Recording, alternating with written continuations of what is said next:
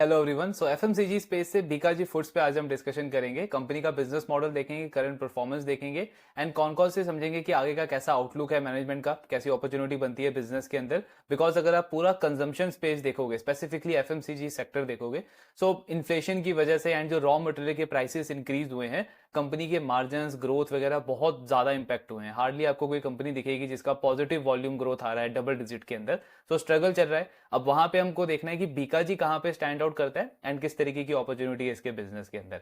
सो इनका Q3 का result and basic सा बिजनेस मॉडल समझते हैं। तो बीकाजी बेसिकली करता क्या है? ये कंपनी एथनिक स्नैक्स कैटेगरी के अंदर है। नमकीन, भुजिया, यहाँ से इनका मेन बिजनेस आता है। इसके साथ में स्वीट्स वगैरह भी कंपनी सेल करती है और वेस्टर्न स्नैक्स की जो कैटेगरी है उसमें भी कंपनी की प्रेजेंस है। सो ये इनका मेन बिजनेस है।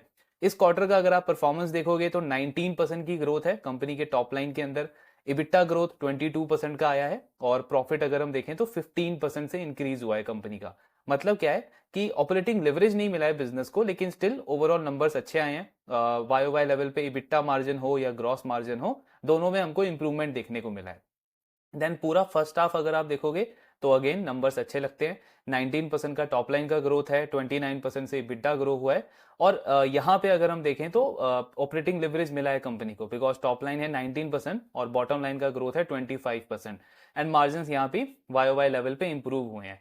एक इंपॉर्टेंट पॉइंट ये है कि ये जो आप नंबर्स देख रहे हो 19% का ग्रोथ, इसमें पीएलआई जो इंसेंटिव मिला है कंपनी को गवर्नमेंट से वो भी इंक्लूडेड है। तो अगर आप पीएलआई को एक्सक्लूड करके देखोगे तो बीकाजी का जो ग्रोथ है वो 15-16% के आसपास है। मतलब ठीक ठाक ग्रोथ है, लेकिन पीएलआई इंसेंटिव की वजह से ये ग्रोथ और भी ज्यादा अच्छी बन जाती है। देन कंपनी की अगर हम टोटल कैपेसिटी देखें तो 3,15,000 मैट्रिक टन की टोटल कैपेसिटी है कंपनी की। अगर आप इनका डायरेक्ट आउटलेट देखोगे तो इसमें कंसिस्टेंटली बहुत अच्छा इंक्रीज किया है कंपनी ने। मार्च 24 तक यानी FY24 तक ऑलमोस्ट 2,51,000 आउटलेट्स थे, कंपनी की प्रेजेंस थी 2,51,000 आउटलेट्स के ऊपर। इन्होंने गाइडेंस दिया था कि नेक्स्ट 2 इयर्स के अंदर अपने प्रेजेंस को ये 3.50 लाख आउटलेट्स तक लेकर के जाएंगे, यानी 3.5 लाख आउटलेट्स तक लेकर के जाएंगे by the end of FY26। तो अभी फर्स्ट हाफ कंप्लीट हुआ है FY25 का, तो ऑलरेडी कंपनी की प्रेजेंस कितनी है? 2.78 लाख, यानी बिल्कुल ट्रैक पे चल रहा है इनका एक्सपेंशन प्लान। इस साल के एंड तक कंपनी का टारगेट है कि 3 लाख तक पहुंचेंगे। देन नेक्स्ट ईयर 50,000 और इंक्रीज करेगी टोटल आउटलेट्स कंपनी, और जो इनका FY26 का गाइडेंस है 3.5 लाख का, उसको ही अचीव करेंगे।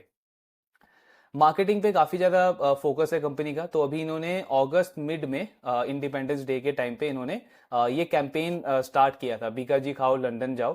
सो ये कैंपेन इन्होंने ऑलमोस्ट 4 मंथ्स का आप देखोगे तो ये कैंपेन इन्होंने रन किया है 15 अगस्त से लेकर के अभी जो आपका दिसंबर 15 गया है, तब तक ये कैंपेन इन्होंने रन किया है। मल्टीपल प्राइजेस भी कंपनी ने वहां पे ऑफर किए हैं कंज्यूमर्स को। देन इसके साथ में अगर आप देखोगे तो बिलो द लाइन एक्टिविटी हो या अबव द लाइन एक्टिविटी हो, कंसिस्टेंटली ब्रांड अवेयरनेस के ऊपर, मार्केटिंग के ऊपर बहुत अच्छा स्पेंड रहा है कंपनी का।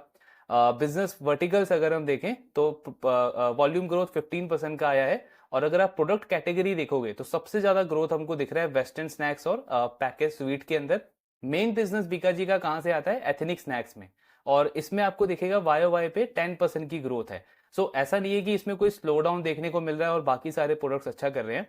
बेसिकली ये एक सीजनल ट्रेंड है। ये सीजन इसी तरीके का चलता है इस बिजनेस का। तो Q2 से आप देखते हो कि फेस्टिव सीजन स्टार्ट हो जाता है इंडिया का, मिड ऑफ Q2 होता है जो आपका इंडिपेंडेंस डे राखी वाला जो पीरियड होता है।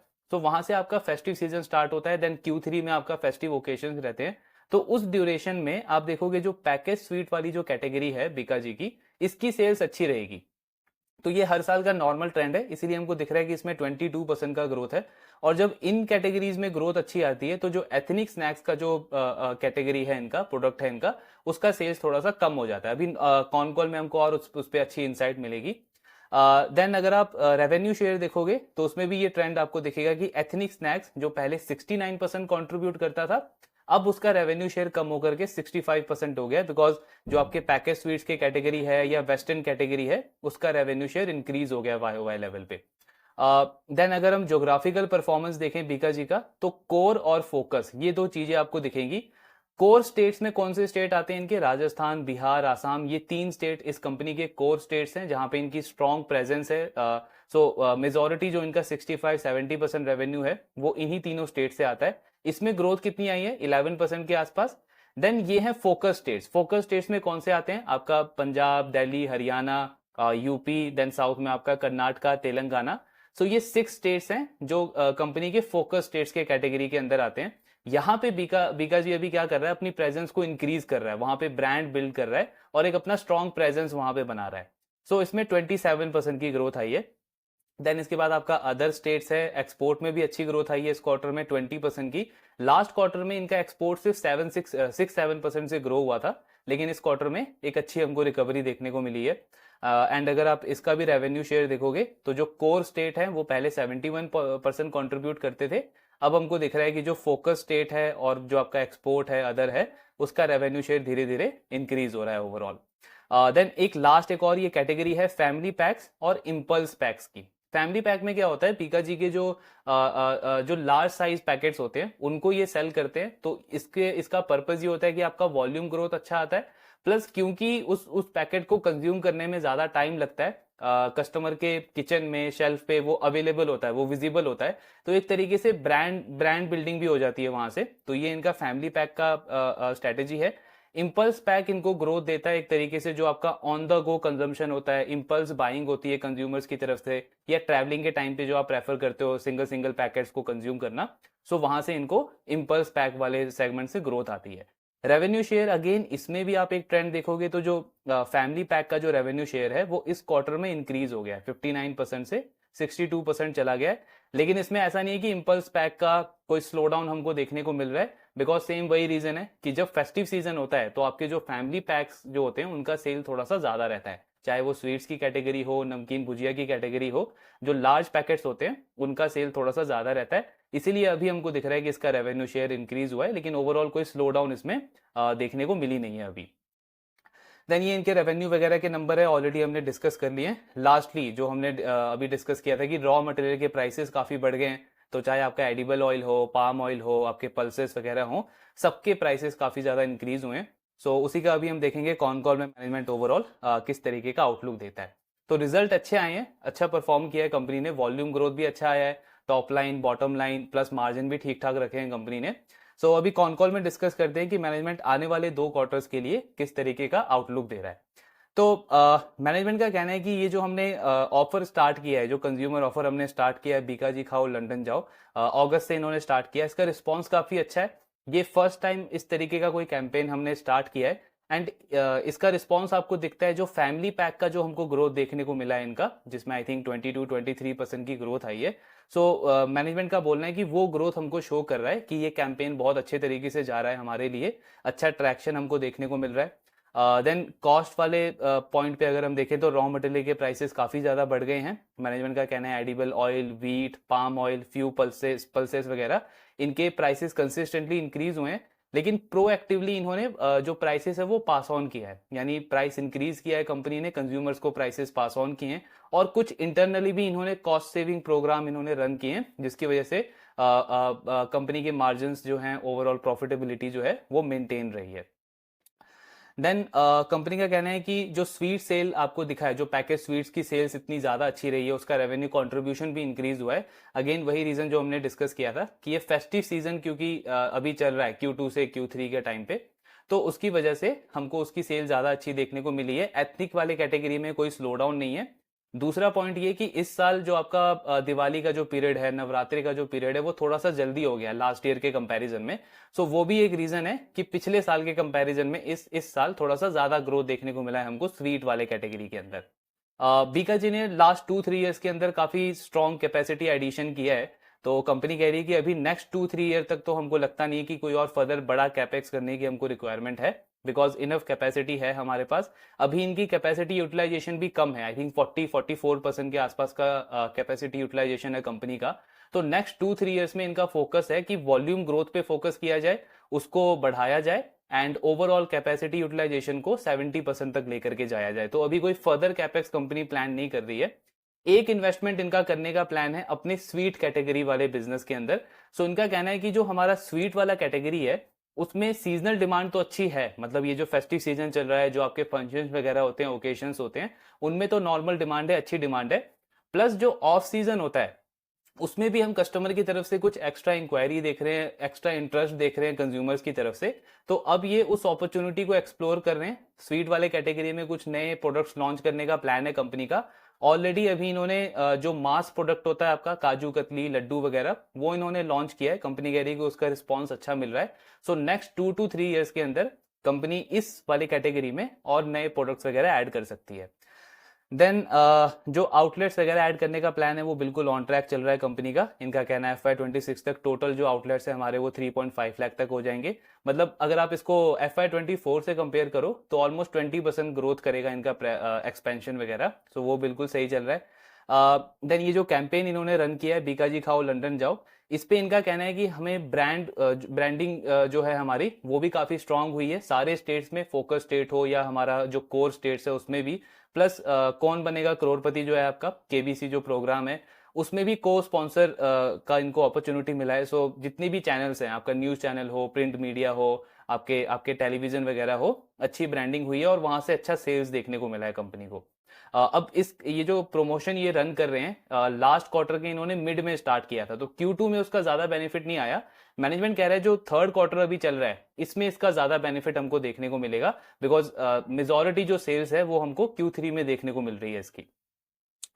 देन कंपनी का कहना है कि ज्योग्राफिकली अगर हम देखें जो फोकस स्टेट्स है, कोर स्टेट्स है, दोनों में अच्छी परफॉर्मेंस है। Growth wise of course focus states में ग्रोथ ज्यादा अच्छी आई है 27% के आसपास, लेकिन बेस इफेक्ट भी उसका लो है तो इस वजह से उसमें ज्यादा ग्रोथ देखने को मिल रही है। देन मार्जिन पे कंपनी का कहना है कि 16% के आसपास का इनका EBITDA मार्जिन है। लास्ट क्वार्टर के कंपैरिजन में EBITDA मार्जिन थोड़ा सा कम हुआ है। उसका रीजन ये है कि एडवर्टीजमेंट कॉस्ट इनकी बढ़ गई है। तो इस क्वार्टर में इनका एडवर्टीजमेंट कॉस्ट ऑलमोस्ट 2% के आसपास है। लास्ट क्वार्टर में ये सिर्फ 0.5% था। तो क्योंकि आपका एडवर्टीजमेंट कॉस्ट आपका इंक्रीज हुआ तो इसकी वजह से इनके मार्जिन में थोड़ा सा रिडक्शन देखने को मिला है। बट मैनेजमेंट कह रहा है कि जैसे आगे चल के सेल्स ग्रोथ आएगा, वॉल्यूम ग्रोथ आएगा, तो मार्जिन हमारे नॉर्मलाइज लेवल पे आ जाएंगे। कॉस्ट मैनेजमेंट के लिए कंपनी ने इंटरनली मल्टीपल एक्टिविटीज रन करी है। जैसे इन्होंने फ्रेट मैनेजमेंट किया, तो आपका जो लॉजिस्टिक का कॉस्ट है, जो आपका ट्रांसपोर्टेशन का कॉस्ट है, उसको इन्होंने अच्छे से प्लान किया। फिर आपका जो वेयर हाउसेस वगैरह हैं, जो आपके स्टोरेज फैसिलिटीज हैं, वो कंपनी ने उन एरियाज में ओपन करे जहां पे इनको अच्छी डिमांड है, तो इससे इनका जो ट्रांसपोर्टेशन का कॉस्ट है वो काफी कम हो गया। प्लस जहां से जिन वेंडर से ये रॉ मटेरियल वगैरह परचेज करते हैं उनके साथ में इन्होंने लॉन्ग टर्म कॉन्ट्रैक्ट किया, जिसकी वजह से इनका जो रॉ मटेरियल के प्राइसेस हैं उस पर थोड़ा सा कंट्रोल आया। सो ये सारी चीजें करके कंपनी ने अपनी कॉस्ट को थोड़ा सा कम रखा। प्लस उसके साथ में इन्होंने प्राइस इंक्रीज भी किया है अभी अक्टूबर में 2.5% का। इन्होंने जो सॉल्टेड स्नैक्स वाला जो कैटेगरी है उसमें प्राइस इंक्रीज कर दिया है। तो मैनेजमेंट कह रहा है कि इससे हमको कॉन्फिडेंट है कि मार्जिन हमारे ओवरऑल मेंटेन रहेंगे करंट लेवल पे। देन एडिबल ऑयल के प्राइसेस बहुत बढ़ गए हैं। मैनेजमेंट कह रहा है कि लास्ट क्वार्टर से अगर आप कंपेयर करोगे तो 22% प्राइस इंक्रीज हुआ है एडिबल ऑयल के अंदर। बट हमने जो प्राइस इंक्रीज किया है 2.5% का, अगेन वो हमको हेल्प करेगा मार्जिन को मेंटेन करने में। प्लस इनका कहना है कि नवंबर दिसंबर के टाइम पे और जो की कमोडिटीज हैं उनके भी प्राइसेस नीचे आएंगे। जैसे इनका कहना है कि मूंग दाल है, वीट है, पीनट्स हैं, इनके प्राइसेस ऑलरेडी कम होने स्टार्ट हो गए हैं। So overall third and fourth quarter को लेकर के मैनेजमेंट कॉन्फिडेंट है कि मार्जिन इनके थोड़े से स्टेबल रहेंगे। प्लस बैलेंस शीट पे अगर आप इनका देखोगे तो इन्वेंट्रीज, ट्रेड रिसीवेबल, ये दोनों इंक्रीज हो गए हैं मार्च के कंपैरिजन में। उसका रीजन ये है कि मैनेजमेंट कह रहा है जो सेकंड हाफ है हमारा Q3 प्लस Q4, इसमें मॉडर्न ट्रेड चैनल को सपोर्ट करने के लिए हमने ज्यादा इन्वेंट्री बिल्डअप करी है। मॉडर्न ट्रेड मतलब जैसे आपके जो रिटेलर्स होते हैं, जैसे डीमार्ट हो गया, विशाल मेगा मार्ट हो गया, तो वहां से कंपनी को अच्छा सेल आता है सेकंड हाफ में। एंड उनसे जो रिसीवेबल है वो नॉर्मली 30 से 40 डेज में आता है। मतलब कंपनी सामान आज बेचेगी, उनसे जो पेमेंट आना है वो 30 से 40 डेज में आएगा। तो कंपनी कह रही है कि इसीलिए हमारा रिसीवेबल और इन्वेंट्री थोड़ा सा बढ़ गया है, लेकिन Q3 के अंदर ही इसका रियलाइजेशन हो जाएगा। तो फोर्थ क्वार्टर में जब आप इनका बैलेंस शीट देखोगे तो सारी चीजें नॉर्मलाइज हो जाएगी, एज सच कोई इसमें कंसर्न नहीं है। देन इन्होंने एक एक्विजिशन किया है अभी रिसेंटली। सो फ्रोजन फूड कैटेगरी में एक इन्होंने पहले एक्विजिशन किया था, अरीबा फूड करके। प्लस हेजलनट फैक्ट्री करके एक और QSR कंपनी को इन्होंने अभी रिसेंटली एक्वायर किया है। PLI का अभी इनकम आएगा, फोर्थ क्वार्टर तक इनको PLI का इनकम भी रिसीव हो जाएगा। पाम ऑयल के प्राइसेस पे कंपनी कह रही है कि सेकंड क्वार्टर में जब हम इसको परचेज कर रहे थे तो 100 रुपीज का प्राइस था, अभी इसका प्राइस 140 तक चला गया है। तो प्राइस इंक्रीज बहुत ज्यादा हुआ है पाम ऑयल का, इसीलिए इमीडिएटली हमको प्राइस एक्शन लेना पड़ा है। वो जो प्राइस इंक्रीज हुए हैं वो हमको इमीडिएटली पास ऑन करना पड़ा है कस्टमर्स को। जो बड़े पैक्स हैं उनमें उनमें इन्होंने प्राइस इंक्रीज किया है, और जो इनके छोटे पैक्स हैं 5 रुपीज 10 रुपीज के जो पैकेट्स हैं उसमें कंपनी ने ग्रामेज वगैरह कम किया है, उसकी क्वांटिटी कम करी है। तो ये सारे एक्शंस लिए हैं कंपनी ने, एंड इनका कहना है कि इससे हमारा मार्जिन जो है वो सस्टेन कर जाएगा करंट लेवल पे। अभी बहुत सारी कंपनी से आप सुन रहे होंगे कि जो अर्बन सेक्टर जो है, अर्बन सेगमेंट जो है, वहां पे स्लो डाउन देखने को मिल रहा है, डिमांड में थोड़ी सी सॉफ्टनेस है। 1-1.5 साल पहले हम ये रूरल एरियाज के लिए सुनते थे जहां पे रिलैक्सो जैसी कंपनी बहुत स्ट्रगल करती थी। अभी लास्ट कुछ मंथ से, कुछ क्वार्टर से अर्बन स्लो डाउन देखने को मिल रहा है। बेक्टर ने भी बोला था अपने कॉन कॉल में। इनकी मैनेजमेंट भी बोल रही है कि स्लो डाउन तो बिल्कुल है अर्बन एरियाज में। हमको क्या हेल्प कर रहा है ग्रो करने में, तो बेसिकली हमारा जो गिफ्टिंग का कैटेगरी है, जो हमारा स्वीट्स का कैटेगरी है, वो हेल्प कर रहा है हमको अच्छे नंबर्स पोस्ट करने में। अदरवाइज जब हम ग्राउंड लेवल पे विजिट कर रहे हैं, हमारे जो रिटेलर्स हैं, होलसेलर्स हैं, उन पे जब हम विजिट कर रहे हैं, तो ये चीज क्लियरली विजिबल है कि जो स्मॉल पैकेट आइटम्स हैं उनकी सेल्स नहीं हो रही है, उनका थ्रूपुट नहीं आ रहा है, उनमें डिमांड में बिल्कुल सॉफ्टनेस देखने को मिल रही है। बट हमारे जो गिफ्टिंग वगैरह कैटेगरी है उनसे अच्छा ग्रोथ देखने को मिल रहा है। पर यहाँ पे पॉइंट ये आता है कि थर्ड एंड फोर्थ क्वार्टर में इनका जो गिफ्टिंग कैटेगरी के जो प्रोडक्ट्स हैं, जो स्वीट्स कैटेगरी के जो प्रोडक्ट्स हैं, उनका सेल्स नहीं आएगा, उनका कंट्रीब्यूशन जो है वो Q2 Q3 में ही होता है। वहां पे क्या स्लो डाउन देखने को मिल सकता है, ग्रोथ में डिक्लाइन देखने को मिल सकता है। तो मैनेजमेंट का कहना है कि इस चीज की प्लानिंग हमने पहले से कर रखी थी, इस फाइनेंशियल ईयर के स्टार्टिंग में कर ली थी, एंड ये नॉर्मली एक ट्रेंड है। Q3 में क्या होता है, बेसिकली जो इनका स्वीट्स का कैटेगरी है उसका सेल्स, उसका कंट्रीब्यूशन कम हो जाता है, एंड ऑटोमेटिकली जो कंपनी का मेन कैटेगरी है एथनिक स्नैक्स का, उसका कंट्रीब्यूशन आना स्टार्ट हो जाता है। तो मैनेजमेंट कह रहा है दो चीजें हम यहाँ पे कर रहे हैं। पहला तो एथनिक कैटेगरी के अंदर हम कुछ नए प्रोडक्ट लॉन्चेस कर रहे हैं, कुछ नई मार्केटिंग एक्टिविटीज कर रहे हैं, कुछ नए एरियाज को एक्सप्लोर कर रहे हैं जहां से हमारा ग्रोथ आएगा। दूसरा, जो इन्होंने ये कैंपेन स्टार्ट किया है, बीकाजी खाओ लंदन जाओ, कंपनी कह रही कि ये कैंपेनिंग भी हमने इस चीज को रखते हुए करा है कि अर्बन में जो डिमांड मोमेंटम थोड़ा सा स्लो है उसको पिकअप करने के लिए, उसको फास्ट करने के लिए हमने ये चीज रन करी है, जिससे हमको ग्रोथ में सपोर्ट मिलेगा। एंड ओवरऑल जो फुल ईयर का गाइडेंस है इनका, उसको लेकर के कंपनी कॉन्फिडेंट है कि वो वाला नंबर हम अचीव कर लेंगे। देन कंपनी का कहना है कि इनके जो फोकस स्टेट्स हैं, पंजाब, दिल्ली, हरियाणा, यूपी वगैरह, उसमें इन्होंने लास्ट ईयर एक और स्टेट ऐड किया है, छत्तीसगढ़ को कंपनी ने ऐड किया लास्ट ईयर।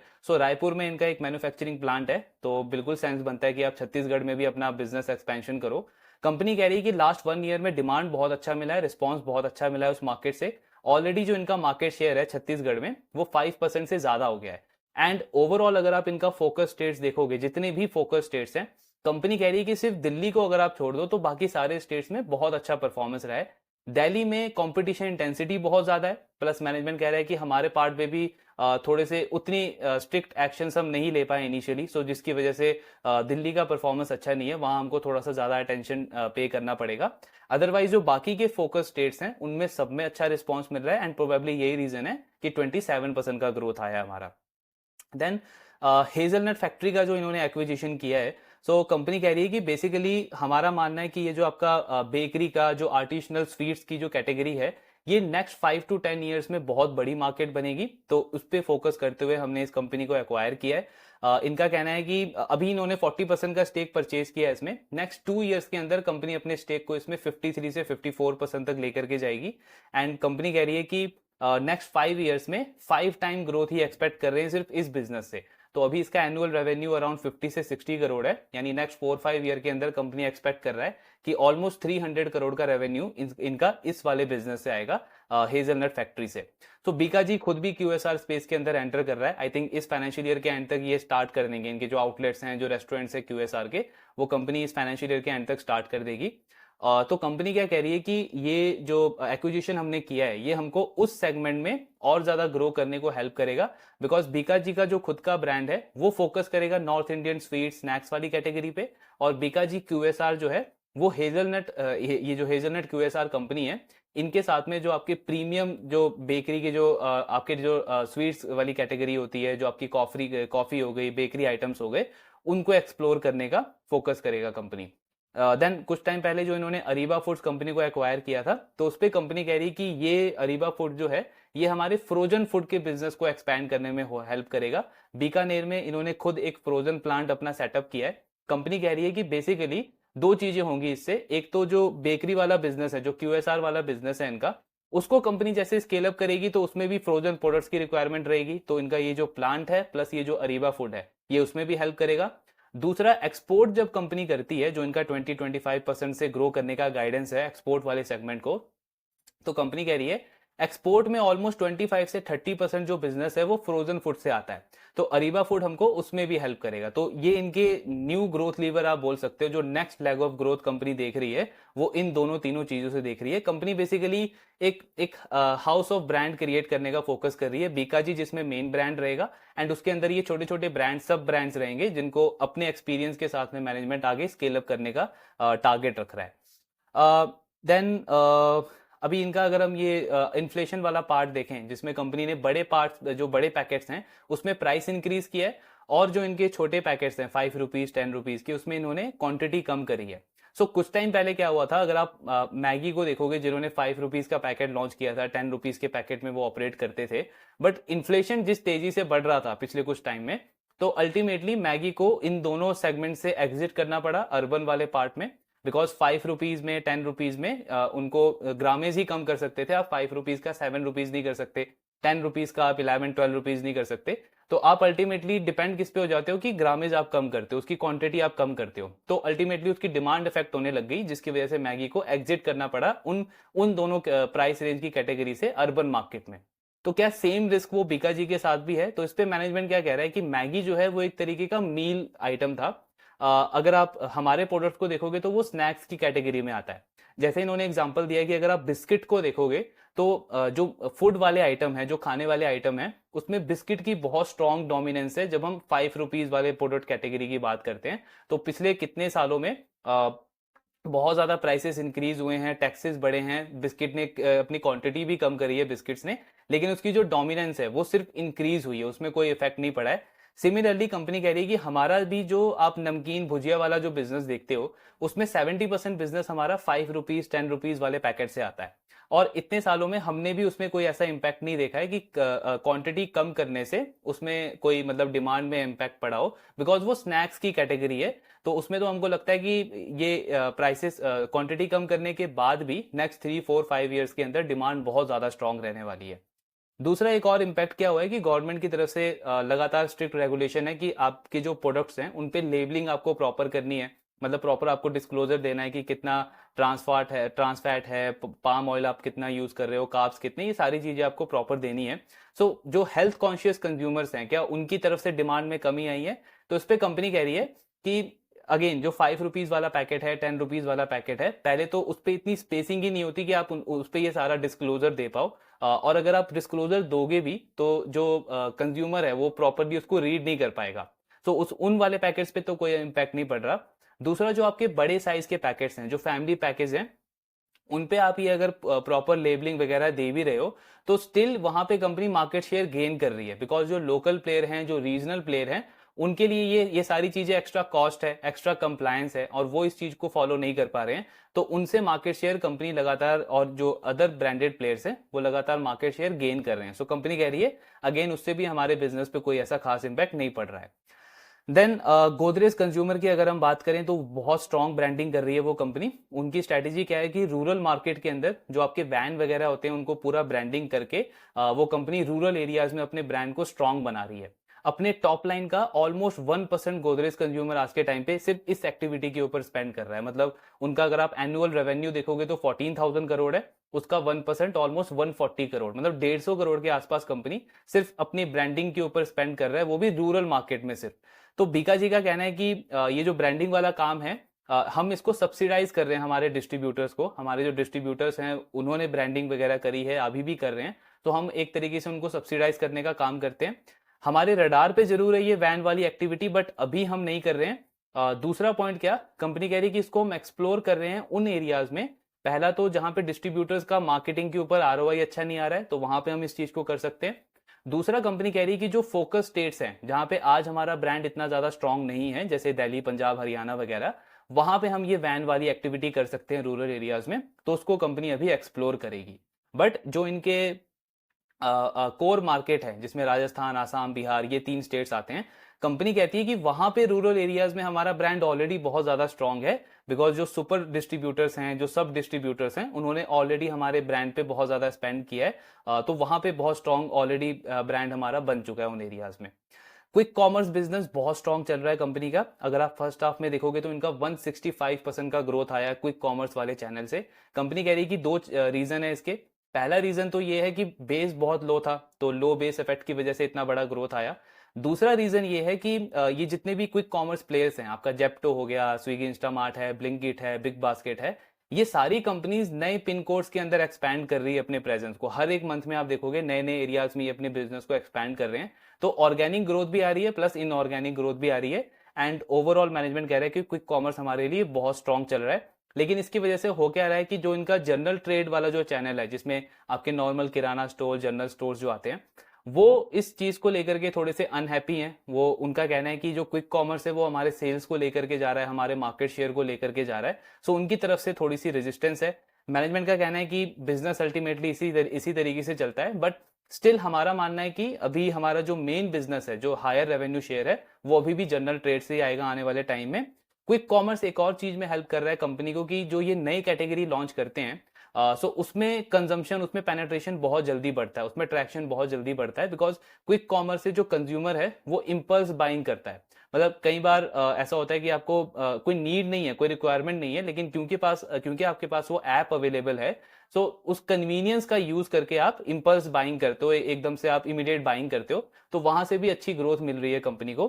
5-10 रुपीज के पैकेट ये सेल नहीं करते हैं अपने क्विक कॉमर्स ऐप्स के ऊपर। लार्जली जो इनके फैमिली साइज पैकेट्स हैं उन पे इनका फोकस रहता है। देन कंपनी कह रही है कि अक्टूबर नवंबर से आपके जो पल्सेस के प्राइसेस हैं, प्लस जो आपका फ्रेश पोटैटो आएगा, उसकी वजह से ये सारे जो की कमोडिटीज हैं इनके प्राइसेस कम होने का एक्सपेक्टेशन है। पोटैटो के लिए कंपनी कह रही है कि आज हम जो प्राइस पे कर रहे हैं, 1 मंथ बाद जब फ्रेश पोटैटो आएंगे आपके, तो हमारा जो प्राइसिंग है वो ऑलमोस्ट 50% कम हो जाएगा इस प्रोडक्ट को लेकर के। प्लस आपके पल्सेस वगैरह के प्राइसेस ऑलरेडी कम होने स्टार्ट हो गए हैं। सो कंपनी कह रही है कि वहां से हमारा मार्जिन थोड़ा बहुत इंप्रूव हो सकता है, सॉरी मेंटेन रह सकता है। मतलब अभी जो प्राइसेस इंक्रीज हुए हैं उसको कंपनी मेंटेन कर लेगी। लेकिन एडिबल ऑयल सबसे बड़ा कंट्रीब्यूटर वही है प्राइस इंक्रीज का, अभी 125-40 के रेंज में चल रहा है। तो वो 24 से 25% कंट्रीब्यूट करता है इस कंपनी के टोटल रॉ मटेरियल के अंदर। तो उसमें अगर प्राइसेस ऐसे ही बढ़ते रहे तो उसका इंपैक्ट आ सकता है इनके ऊपर। देन हेजलनट वाला जो इनका सब्सिडरी है, जो इन्होंने अभी एक्वायर किया है, तो उसमें कंपनी कैसे फॉलो करेगी। अभी इन्होंने 40% स्टेक परचेज किया है। नेक्स्ट ईयर दिसंबर 2025 तक ये 7-8% और प्राइस स्टेक इंक्रीज करेंगे। मतलब इनका टोटल स्टेक हो जाएगा 47 से 48%। देन दिसंबर 2026 तक कंपनी अपने टोटल स्टेक को 53 से 54% तक लेके जाएगी। यानी नेक्स्ट 2 इयर्स अभी और हैं कंपनी को इसमें मेजॉरिटी स्टेक लेने में। एंड उसके बाद ये इस कंपनी के नंबर जो हैं वो बीका जी के साथ में शेयर करेंगे। सो अभी थोड़ा सा मीडियम टर्म वाला अपॉर्चुनिटी है वो। देन लास्टली अगर हम देखें तो एक्सपोर्ट वाला सेगमेंट कंपनी का काफी अच्छे से ग्रो कर रहा है। कंपनी कह रही है कि उसमें ग्रोथ 3 चीजों से आ रही है। एक तो आपका प्री दिवाली सीजन था, सो प्री दिवाली में आपके जो नमकीन के कैटेगरी होते हैं, जो स्वीट्स की कैटेगरी हो गई, प्लस आपका जो फ्रोजन प्रोडक्ट हो गया, इनकी डिमांड बहुत अच्छी रहती है। तो इन तीनों प्रोडक्ट से हमको बहुत अच्छा ग्रोथ आया एक्सपोर्ट वाले सेगमेंट के अंदर। सो ये पूरा कॉनकॉल था बीकाजी फूड्स का। रिजल्ट इनका अच्छा आया है, ठीक ठाक परफॉर्म किया है कंपनी ने। एंड कॉनकॉल के बेसिस पे अगर आप देखोगे तो मैनेजमेंट गाइडेंस भी आगे ठीक ठाक का दे रही है, मार्जिन मेंटेन करने का गाइडेंस है, बिकॉज उन्होंने प्राइस पास ऑन किया है। बट सबसे इंपॉर्टेंट पॉइंट, कंपनी का मैनेजमेंट का अभी 2 वीक पहले एक इंटरव्यू आया था। सो वहां पे इन्होंने 2-3 चीजें कन्फेस करी है। पहला तो इनका कहना है कि रॉ मटेरियल के प्राइसेस इतने ज्यादा बढ़ गए हैं अभी कुछ टाइम में, जितना इन्होंने एक्सपेक्ट नहीं किया था। एंड प्राइस हाइक फिर से करना पड़ा है कंपनी को। और अब जो इन्होंने प्राइस हाइक किया है उसकी वजह से, बिकॉज डिमांड में तो वैसी सॉफ्टनेस देखने को मिल रही है, अर्बन में थोड़ा सा स्लो डाउन तो है ही, तो प्राइस हाइक जो दोबारा से किया है कंपनी ने, वहां से अब इनका वॉल्यूम ग्रोथ इंपैक्ट हो रहा है। कंपनी कह रही है कि पहला तो हमारा मार्जिन इंपैक्ट होगा। फुल ईयर बेसिस पे कंपनी कह रही है कि 100 बेसिस पॉइंट यानी कि 1% का मार्जिन इनका डिक्लाइन हो जाएगा पूरे FY25 के अंदर। दूसरा, वॉल्यूम ग्रोथ का गाइडेंस इनका पहले 13 से 15% का था। सो कंपनी कह रही कि क्योंकि अब कंसिस्टेंटली प्राइस इंक्रीज करना पड़ा है हमको और डिमांड वैसे ही स्लो है, तो वॉल्यूम ग्रोथ अब हम 10 to 12% का एक्सपेक्ट कर रहे हैं। अब पहले इन्होंने गाइडेंस दिया था 13 से 15% का वॉल्यूम ग्रोथ और उसमें 3 to 4% का वैल्यू ग्रोथ, मतलब टोटल रेवेन्यू ग्रोथ कितना हो गया आपका 18-19% का। उसके ऊपर से आपको पीएलआई बेनिफिट मिल रहा है, मार्जिन इंप्रूव हो रहे हैं, ऑपरेटिंग लिवरेज मिल रहा है। तो बहुत इजीली एक्सपेक्टेड था कि बीकाजी पहले 25 से 30% का अर्निंग ग्रोथ रिपोर्ट कर सकता था FY25 के अंदर। बट अब ये जो चीजें हुई हैं, आपका मार्जिन भी गया, वॉल्यूम ग्रोथ भी घट गया। सो ये देखना पड़ेगा कि आने वाले क्वार्टर्स में इनके प्रॉफिटेबिलिटी पे किस तरीके का इंपैक्ट पड़ता है। तो अगर आप अपॉर्चुनिटी वाइज देखोगे तो बिल्कुल हेडविंड्स हैं कंपनी के पास में। हमको देखना पड़ेगा आने वाले क्वार्टर्स में इनकी परफॉर्मेंस कैसे इंपैक्ट होती है। बिजनेस वैसे सही डायरेक्शन में जा रहा है, जो उनका मेन बिजनेस है एथनिक स्नैक्स का वो भी अच्छा कर रहा है, कंपनी एक्सपैंड कर रही है, अलग कैटेगरी में फोकस कर रही है। बिकॉज कोई भी बिजनेस आप देखोगे किसी भी सेक्टर में, जब बिजनेस नई सेगमेंट की तरफ फोकस करना स्टार्ट करता है, कुछ नए मार्केट में एंटर करता है, तो वो एक बहुत इंटरेस्टिंग पॉइंट बनता है। सो उसको ट्रैकिंग तो बिल्कुल बनता है, लेकिन अपॉर्चुनिटी वाइज कुछ खास इंटरेस्ट अभी बन नहीं रहा है, बिकॉज स्टॉक ऑलरेडी 65-70 मल्टीपल पे ट्रेड कर रहा है। बिजनेस का ग्रोथ 12-13-14% है, मार्जिन रिडक्शन है। तो ऑलरेडी हमारे पास बहुत अच्छे अपॉर्चुनिटीज हैं जो हमने मार्केट में डिस्कस किए हैं, जिनका ग्रोथ 30-40% है, फॉरवर्ड भी 40-50-60 का है। तो वहां पे बहुत अच्छी अपॉर्चुनिटी लगती है। भीगा जी को ट्रैकिंग जरूर रखेंगे, देखेंगे आने वाले क्वार्टर्स में कैसा इनका परफॉर्मेंस रहता है, एंड मैनेजमेंट थर्ड क्वार्टर में कॉन कॉल में क्या बोलता है, क्या डिमांड में थोड़ा सा इंप्रूवमेंट आ रहा है, मार्जिन में थोड़ा सा एक्सपेंशन कंपनी एक्सपेक्ट कर रही है। बिकॉज अगर वो चीजें नहीं हुई तो इस वैल्यूएशन पे तो कुछ डील बनती नहीं है। बाकी देखते हैं, ट्रैकिंग इसका कंटिन्यू रखेंगे। आपके जो भी डाउट्स है शेयर करते रहिए। Thank you very much.